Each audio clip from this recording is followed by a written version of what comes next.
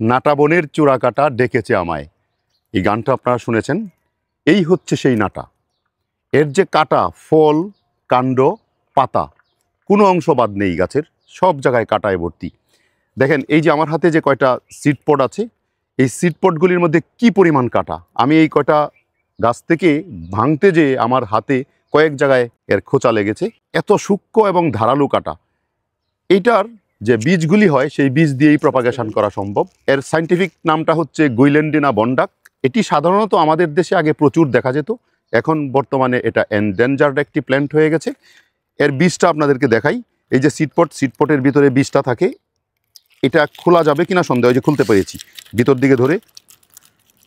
ও মা, এই যে দেখেন বীজটা, ঠিক মনে হয় যেন পাখির দুইটা ডিম, ছোট্ট পাখির, টুনি পাখির দুইটা ডিম সিডপটের ভিতরে সুন্দরভাবে রক্ষিত অবস্থায় আছে।